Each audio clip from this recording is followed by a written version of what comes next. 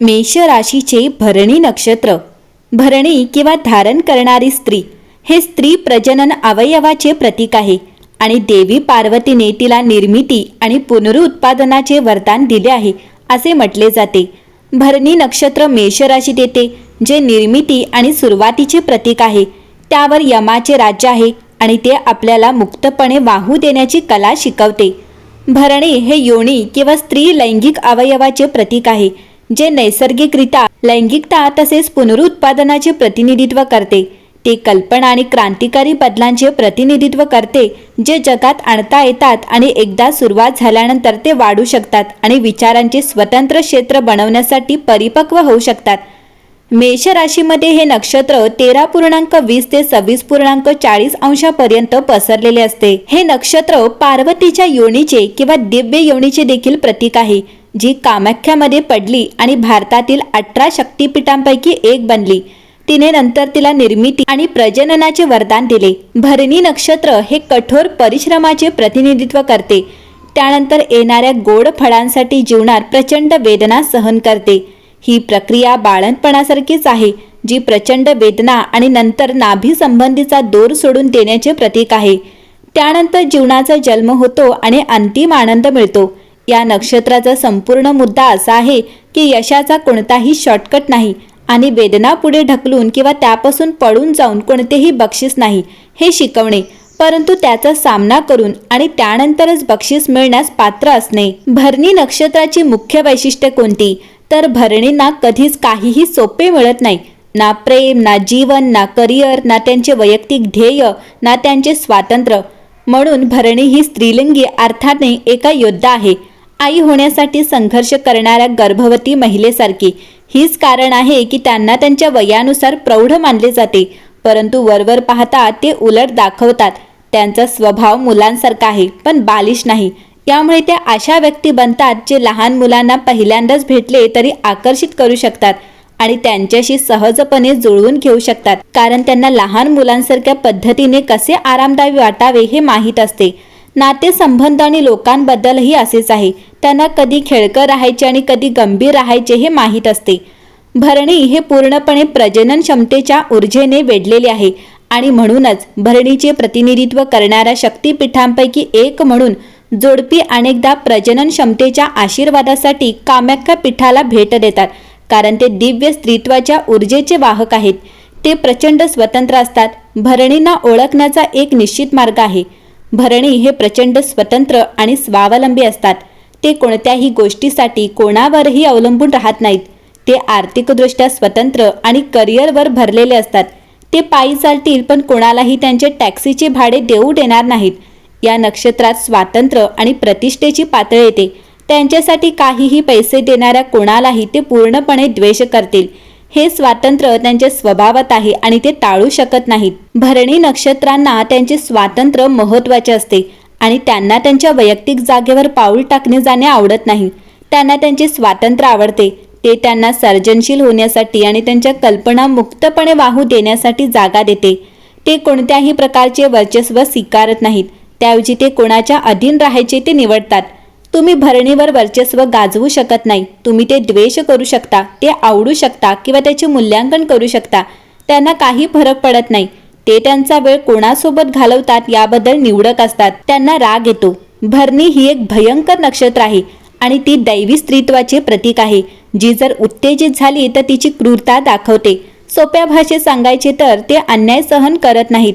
कोणाशीही चुकीचे वागणे ते सहन करत नाहीत आणि कोणाचाही गैरफायदा घेण्याचा प्रयत्न करणारे किंवा कोणत्याही प्रकारचे मानसिक खेळ खेळणारे ते सहन करत नाहीत.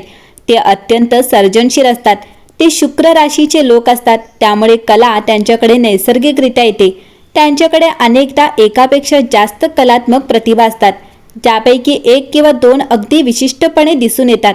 ललित कला, नृत्य, संगीत, मार्शल आर्ट्स, लेखन या सर्व गोष्टी भरणीमध्ये नैसर्गिकरित्या येतात. कुटुंबासाठी समर्पित. भरणी हे त्यांच्या कुटुंबासाठी समर्पित आणि त्यांच्या मित्रांप्रती एकनिष्ठ असतात. ते कधीही बैमानी नसतात आणि ते त्यांच्या कुटुंबासाठी शक्य तितक्या सर्व प्रकारे प्रयत्न करतात. जगातील कोणत्याही गोष्टीसाठी ते त्यांच्या कुटुंबाविरुद्ध जाणार नाहीत.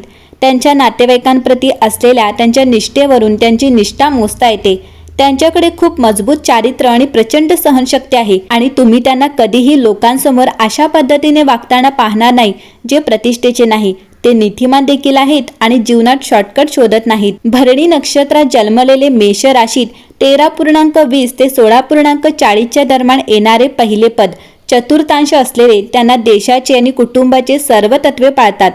हे लोक त्यांच्या निर्णयाबाबत कडक असतात आणि ते जिथे काम करतात तिथे सरकारी किंवा प्रशासकीय क्षेत्रात उच्च पदावर पोहोचतात. तुमच्या वैवाहिक जीवनाचा विचार केला तर पहिल्या पदाच्या रवीमध्ये जन्म होणे ही महत्त्वाची भूमिका बजावते. तुमचा जोडीदार तुम्हाला त्यांचा आधार देणारा आणि आव्हानात्मक परिस्थितीतही मार्गदर्शन करणारा म्हणून पाहेल. परंतु जर रवीवर काही संकट आले तर लग्नानंतर नातेसंबंधात आव्हाने निर्माण होतील. दुसरा टप्पा आहे मेष राशीत 16.40 ते 20 दरम्यान असलेल्या भरणी नक्षत्रात जन्मलेल्या व्यक्तींची शैक्षणिक पार्श्वभूमी चांगली असेल आणि जर बुधाची स्थिती मजबूत असेल तर ते व्यवसायात यश देईल आणि वयाच्या 30 नंतर उत्पन्नाचे चांगले स्रोत मिळविण्यास मदत करेल. भरणीतील दुसऱ्या तिमाहीत बुध ग्रह असल्याने वैवाहिक जीवनात आनंदी राहण्यात बुध महत्त्वाची भूमिका बजावतो. निरोगी नातेसंबंध टिकवून ठेवण्यासाठी तुम्ही स्पष्टता आणि थेट संभाषणावर विश्वास ठेवता. तुमच्या कुंडलीत बुधाची मजबूत स्थिती तुमच्या वैवाहिक जीवनात नवचैतन्य आणते. आणि तिसरा चरण आहे भरणी नक्षत्रात जन्मलेल्या व्यक्तीसाठी मेष राशीत दक्षिण दिशेचा तिसरा चतुर्थांश 20 ते 23.20 दरम्यान असल्याने करिअर आणि आर्थिक बाबींमध्ये तुमच्या जीवनात स्पष्टता आणि यश मिळेल. तुमच्या तिसऱ्या पदामुळे भरणी नक्षत्रामुळे तुम्हाला एक विलासी जीवनशैली मिळेल आणि इतरांनी पूर्ण न केलेल्या कोणत्याही मृत प्रकल्पांना आणि कल्पनांना पुनरुज्जीवित करण्याची उत्तम क्षमता असेल. शुक्राची स्थिती तुमच्या वैवाहिक जीवनात महत्त्वाची भूमिका बजावणार आहे, ज्यामुळे लग्नानंतर नशीब येईल. शुक्राची मजबूत स्थिती लग्नानंतर आर्थिक प्रगती उन्नती देईल. आणि या नक्षत्राचा चौथा चरण ज्याचा चौथा चतुर्थांश मेष राशीत 23.20 ते 26.40 दरम्यान येतो, यामुळे जोखीम घेण्याची क्षमता मिळेल आणि आव्हानात्मक परिस्थितीतही कामे पूर्ण करण्याचा आत्मविश्वास मिळेल. शेवटच्या क्षणीही तुम्हाला बोलावले जाईल. तुम्ही काय यशस्वीरित्या पूर्ण करू शकाल. तुमच्या निर्णयात मंगळाची स्थिती महत्त्वाची भूमिका बजावते आणि तुम्हाला नवीन मित्र बनवण्यास आणि तुमच्यासाठी काम करणाऱ्या लोकांचा सहवास साधण्यास मदत करते. भरणी नक्षत्रात चौथ्या पदावर जन्म झाल्यामुळे तुम्ही तुमच्या जीवनसाथीला पाठिंबा देण्यात तयार असाल. जर तुमच्या कुंडलीत मंगळाची स्थिती चांगली असेल तर मोठ्या संघात काम करण्याच्या कल्पना तुम्हाला मिळतील. कौटुंबिक आणि आर्थिक स्थिती पाहता भरणी नक्षत्र हे लग्न आणि नातेसंबंधांसाठी एक शुभ नक्षत्र आहे. ते पूर्णपणे कौटुंबिक जीवन निर्माण करण्यासाठी उत्तम आहे. भरणी महिलांचे त्यांच्या सासरच्या लोकांशी थोडेफार भांडण होऊ शकते, परंतु त्यांचा एक प्रेमळ जोडीदार असतो जो त्यांच्या कायमचा आधार असतो. त्यांचे वैवाहिक जीवन सामान्यतः चांगले, संतुलित आणि सुरळीत असते. तर व्यवसाय आणि करिअर पाहता भरणी सर्व प्रकारच्या व्यवसायात आणि उद्योगात चांगले आहेत, कारण त्यांच्यासाठी योग्य वेळ किंवा योग्य करिअर असे काही नसते. ते जे काही निवडतात त्यात त्यांना हवे ते साध्य करतात आणि सामान्यतः समाधानी असतात. त्यांच्या आयुष्याच्या 33व्या वर्षानंतर त्यांचे करिअर आणि व्यवसाय भरभराटीला येतो. व्यवसाय हा सर्जनशीलतेचा एक लक्षण आहे. त्यांच्याकडे उद्योजकतेचा कल्पना आहेत आणि ते कसे कार्यान्वित करायचे याचे मार्ग शोधतात. याबद्दल ते चांगले आहेत. व्यवसाय सुरू करण्यासाठी सर्वोत्तम उद्योग म्हणजे तंबाखू किंवा प्रवास. हे व्यवसाय पूर्वेकडील भौगोलिक स्थानांमध्ये सुरू केले आहेत किंवा तेथे व्यवहार केले आहेत याची खात्री करण्याचा प्रयत्न करा. त्यांना कायद्यात चांगले ज्ञान असेल, कारण त्यांच्या धाडसामुळे त्या अशा गोष्टी बोलू शकतात ज्या लोकांना ऐकायच्या नसतात पण ऐकायला हव्यात. आणि वैद्यकशास्त्रात, विशेषतः स्त्रीरोगशास्त्रातही भरणी म्हणजे पुनरुत्पादनाची प्रक्रिया आहे आणि मंगळ ग्रहाच्या खाली आहे, जो रक्ताची व्यवहार करण्याचे प्रतिनिधित्व करतो. परंतु त्यात एक सुसंवादी शुक्र ग्रह आहे. भरणीसाठी महत्त्वाची वर्षे कोणती? तर 23 ते 25 ही अशी वयोगट आहेत जेव्हा भरणीला लग्नाची शक्यता वाढते आणि लग्न होण्याची शक्यता जास्त असते. तर 33 हे वय असे आहे जेव्हा त्यांच्या कठोर परिश्रमाचे व्यावसायिक परिणाम होतात. सर्वसाधारणपणे 30 पासून सुरुवात होते. भरणीचा शासक ग्रह किंवा ग्रह देवता हा शुक्र आहे. ग्रह देवता आपल्याला स्वामी ग्रहाचे स्वरूप समजून घेण्याची क्षमता देते, जेणेकरून आपण आपल्या कुंडलीतील स्वामी ग्रह त्यांच्या स्थानानंतर आधारित कार्य करू शकतो. वैदिक ज्योतिष शास्त्रानुसार भरणी नक्षत्रावर शुक्र ग्रहाचा स्वामी आहे. भरणी हा परिवर्तन घडवून आणण्याची जबाबदारी घेतो. या नक्षत्रात जन्मलेल्या लोकांमध्ये गोष्टी पुन्हा जिवंत करण्याची आणि कार्यरत करण्याची क्षमता असते। असे म्हटले जाते की शुक्र ग्रहाला भगवान शिवाकडून मृत संजीवनी विद्याचे वरदान मिळाले आहे। भरणी नक्षत्रात जन्मलेले लोक जीवनात दुःख सहन करतील आणि त्या दुःखाचे त्यांच्या आयुष्यात वरदानात रूपांतर करतील आणि इतरांनाही तेच शिकवतील। त्यांना दुःख अशा प्रकारे कसे घडवायचे हे माहीत आहे जे त्यांच्यासाठी उपयुक्त ठरेल। भरणीमध्ये शुक्राची सर्जनशील क्षमता कोणत्याही कामाला किंवा प्रकल्पाला पुन्हा जिवंत करण्याची शक्ती देईल, जे मध्येच अडकले असेल आणि त्या व्यक्तीला भरपूर यश आणि संपत्ती मिळवून देईल। भरणी नक्षत्राचा ऊर्जा स्रोत आदी देवता यम किंवा धर्मराज आहे। आदी देवता हा स्वामी ग्रहाबद्दल मानसिक स्पष्टता देतो। त्यांच्याद्वारे आपण त्या स्वामी ग्रहाशी संबंधित ऊर्जा स्रोताच्या संपर्कात येऊ शकतो। यम म्हणजे धर्मराज हा जीवनातील दिशानिर्देशांचे सर्वात महत्त्वाचे रक्षक आहेत आणि त्यांच्या कठोर शिस्तीसाठी देखील ओळखला जातो। भरणी नक्षत्रात जन्मलेले लोक यश मिळविण्यासाठी नियमांचे कठोर पालन करतात आणि त्यांच्या जीवनात कडक शिस्त पाळतात। यम हा आदी देवता आहे, म्हणून ती व्यक्ती कोणत्याही गोष्टीशी संलग्न होणार नाही जी त्याच्या मार्गात अडथळा निर्माण करेल, मग ती त्याच्या वैयक्तिक आयुष्याशी संबंधित असो व नसो।